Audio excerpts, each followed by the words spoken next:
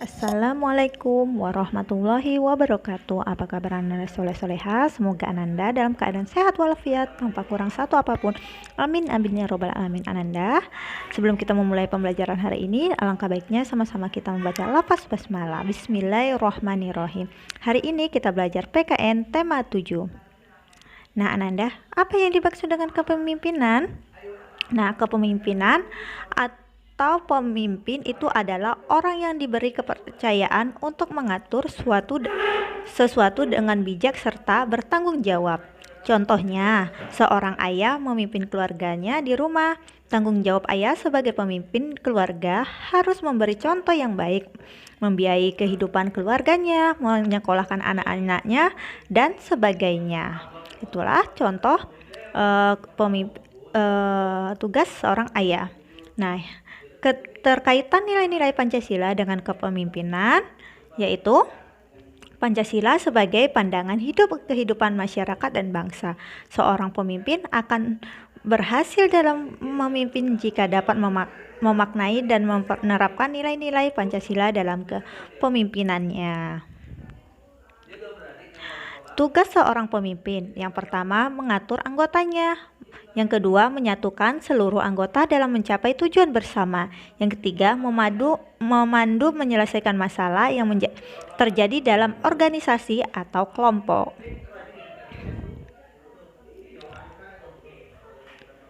Nah, nilai-nilai Pancasila pertama Pancasila adalah 1. Percaya dan takwa terhadap Tuhan Yang Maha Esa.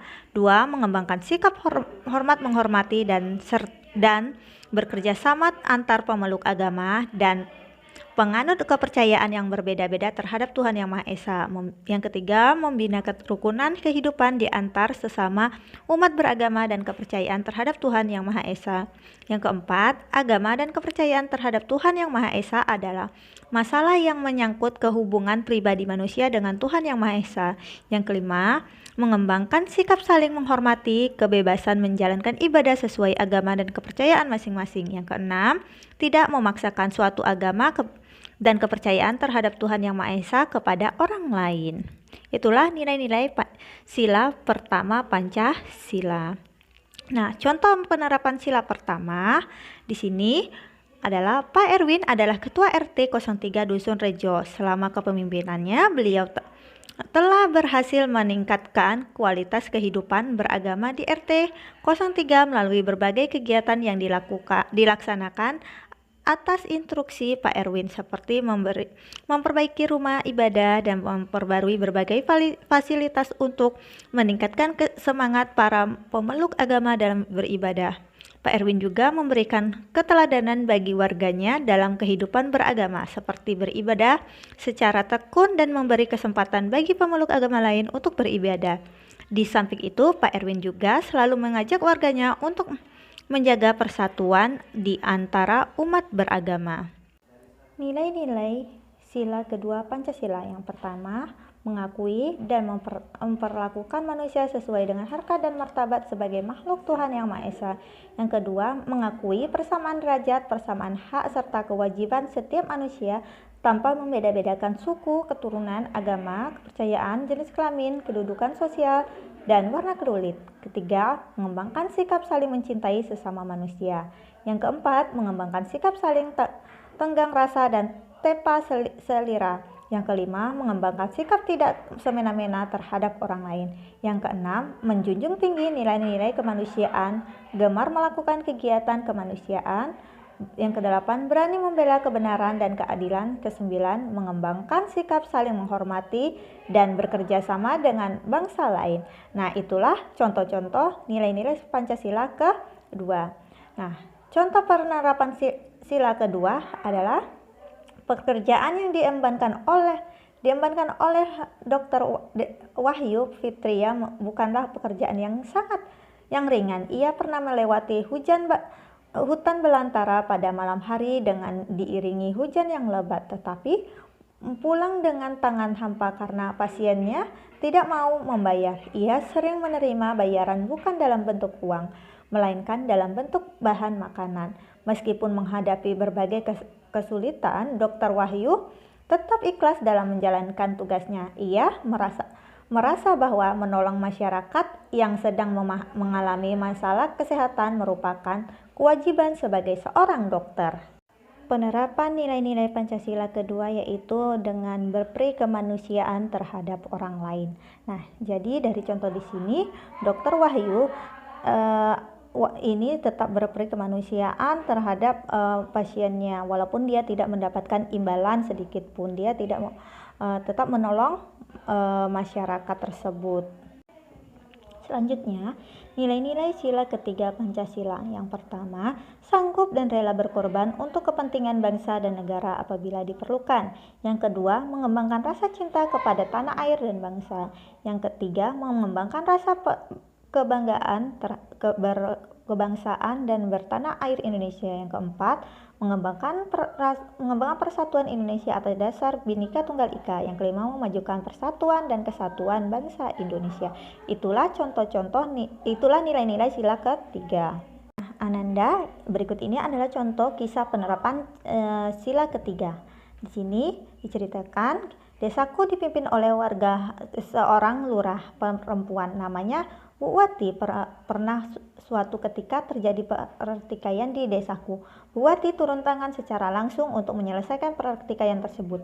Bu Wati mendamaikan pihak yang terkait dan berhasil menyelesaikan masalah secara kekeluargaan. Bu Wati tidak ingin pertikaian tersebut memecah belah warga. Untuk meningkatkan persatuan dan kesatuan warga, Bu Wati sering mengadakan kegiatan seperti jalan sehat atau acara keagamaan agar warganya dapat hidup rukun dan harmonis. Nah, Ananda, dari kisah tersebut bahwa Bu Wati sudah menerapkan sila ketiga.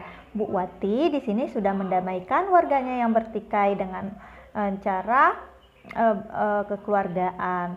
Nah, selain itu, untuk menjaga keharmonisan warganya dan hidup rukun warganya, Bu Wati juga telah mengadakan acara keagamaan dan acara jalan sehat. Nah, itu salah satu contoh penerapan sila ketiga. Nah, di sini kita akan melanjutkan contoh di sini nilai-nilai sila keempat Pancasila. Yang pertama, tidak memaksakan kehendak kepada orang lain. Yang kedua, mengutamakan musyawarah dalam mengambil keputusan untuk kepentingan bersama. Yang ketiga, musyawarah untuk mencapai mufakat diliputi oleh semangat kekeluargaan. Yang keempat, menghormati dan menjunjung tinggi setiap keputusan yang dicapai sebagai hasil musyawarah. Yang kelima, dengan itikat baik dan rasa tanggung jawab menerima dan melaksanakan hasil keputusan musyawarah. Yang keenam, di dalam musyawarah diutamakan kepentingan bersama di atas kepentingan pribadi dan golongan. Yang ketujuh, keputusan yang diambil harus dapat dipertanggungjawabkan serta secara moral kepada Tuhan Yang Maha Esa, menjunjung tinggi harkat dan martabat manusia, mengutamakan nilai-nilai kebersamaan dan keadilan, serta mengutamakan persatuan dan kesatuan bangsa Indonesia. Nah, di sini Ananda, berikut contoh kisah penerapan sila keempat. Pak Herman adalah seorang kepala sekolah di sebuah desa. Suatu hari, Pak Herman ingin mengirimkan siswa untuk mengikuti lomba cerdas cermat di kotanya. Namun, ada masalah yang mengganggu pihak Pak Herman, yaitu masalah biaya. Akhirnya Pak Herman mengadakan musyawarah yang diikuti oleh para guru. Berbagai usulan dari guru telah diterima dan menyepakati untuk melakukan penggalangan dana. Hingga akhirnya setelah hasil penggalangan dana terkumpul, siswa yang akan dikirim Pak Herman untuk mengikuti lomba cerdas cermat pun dapat berangkat ke kota. Nah, dari kisah tersebut, di sini Pak Herman sudah menerapkan sila keempat. Di sini Pak Herman sudah melakukan musyawarah dalam menyelesaikan masalah yang ada. Selanjutnya, yaitu nilai-nilai sila kelima Pancasila. Yang pertama, mengembangkan perbuatan luhur yang mencerminkan sikap dan suasana kekeluargaan dan gotong royong. Yang kedua, mengembangkan sikap adil terhadap sesama. Yang ketiga, menjaga keseimbangan antara hak dan kewajiban. Yang keempat, menghormati hak orang lain. Yang kelima, memberi pertolongan kepada orang lain agar dapat berdiri sendiri. Yang keenam, suka bekerja keras. Yang ketujuh, menghargai hasil karya orang lain yang bermanfaat bagi kemajuan dan kesejahteraan. Nah, berikut ini adalah kisah contoh penerapan sila kelima. Nah, suatu pagi, ibu terkejut melihat Widi balik ke rumah beberapa menit setelah berangkat ke sekolah. Widi pulang ke rumah karena karya patung yang harus dikumpulkan pada hari itu tertinggal di rumah. Karya patung Widi tertinggal karena ia bangun kesiangan akibat menonton TV hingga larut malam, sehingga ia tergesa-gesa ketika berangkat ke sekolah. Padahal ibunya tahu bahwa Widi sudah bekerja keras menyelesaikan karya patung sendiri tanpa bantuan orang lain selama beberapa hari. Lalu ibu menasihati Widi agar lebih bisa untuk memimpin dirinya sendiri serta bertanggung jawab. Kemudian ibu menyuruh Widi kembali ke sekolah dan menyemangati Widi dengan menghargai kerja keras Widi yang telah menyelesaikan karya patungnya. Nah, dari kisah tersebut bahwa Widi telah menerapkan sila kelima. Di sini Widi telah bertanggung jawab atas tugasnya mengerjakan patung dengan sungguh-sungguh. Nah, berikut ini adalah contoh selain penerapan sila Pancasila. Yang pertama, berkata jujur ketika melakukan kesalahan. Ini merupakan contoh sila pertama. Yang kedua, tidak mengganggu orang lain saat beribadah. Ini merupakan contoh sila pertama. Menjenguk orang sakit adalah contoh sila kedua. Menggalang dana untuk korban bencana sila kedua. Bangga dengan keragaman budaya bangsa, ini adalah contoh sila ketiga. Dan selanjutnya, mau berteman dengan orang yang berbeda suku adalah contoh sila ketiga. Melakukan musyawarah untuk mengambil keputusan. Contoh sila keempat, menerima saran dan masukan orang lain saat berdiskusi. Contoh sila keempat, tidak bergaya hidup mewah dan tidak boros adalah contoh sila kelima. Suka bekerja sama adalah contoh sila kelima. Nah, nilai-nilai kepemimpinan dan contohnya. Satu, religius. Contohnya selalu berdoa dalam mengawali dan mengakhiri kegiatan, selalu mengucapkan rasa syukur dalam segala aktivitas. Disiplin. Contohnya selalu melakukan sesuatu sesuai dengan yang telah ditetapkan atau tepat waktu dan menepati janji. Selanjutnya, pekerja keras. Contohnya, selalu bekerja seperti tidak mengenal lelah, selalu semangat dan tidak pernah mengeluh. Toleran. Contoh sikapnya selalu baik dengan keluarga dan orang di sekitarnya, selalu memaklumi kekurangan yang dimiliki orang lain. Harmonis. Contohnya adalah selalu welas asih atau kasih sayang terhadap keluarga dan suka membantu orang lain. Manfaat kepemimpinan yang baik. 1.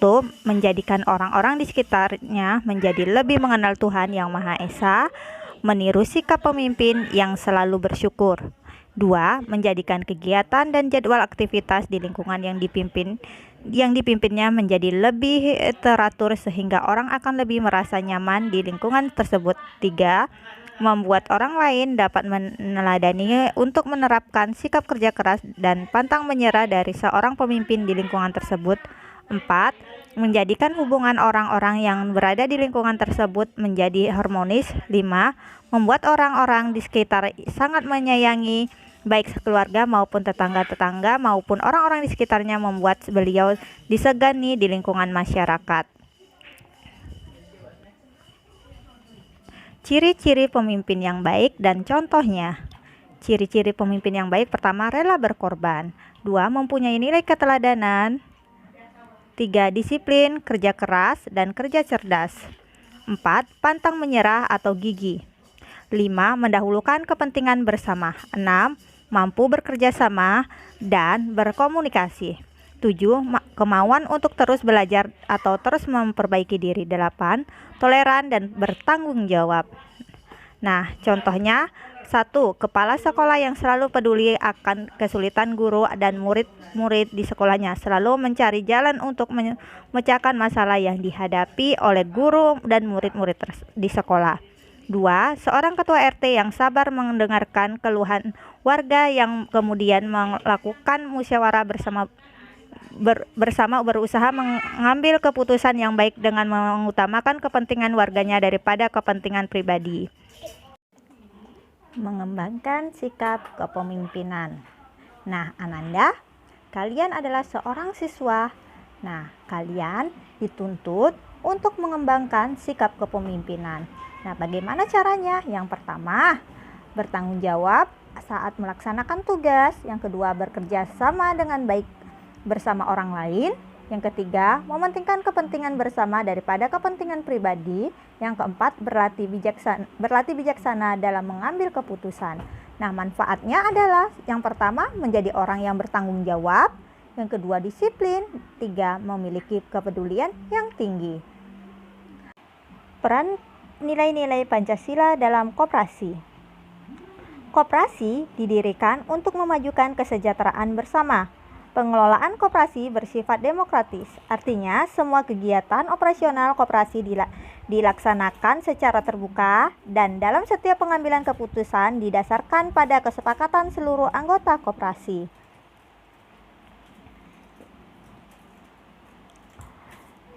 Nilai-nilai dalam keanggotaan koperasi. Yang pertama, mengembangkan sikap hormat menghormati dan bekerja sama.